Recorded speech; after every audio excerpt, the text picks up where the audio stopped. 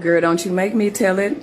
My parents were married for 50 some odd years, and everybody was like, woo, y'all been married for 50 years. And they would be so happy and proud.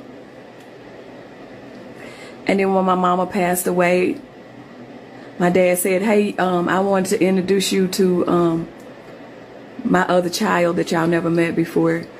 And he had a whole nother family.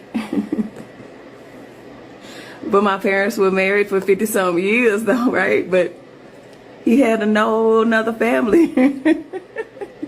I know my mama knew about that. That's probably why she was mad all the dang gone time, but didn't want to leave.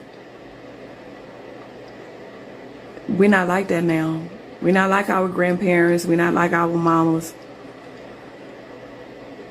We're not doing that. We're not settling. People get mad when they say, well, I'm not settling. I want more. Then what you mad at that person for?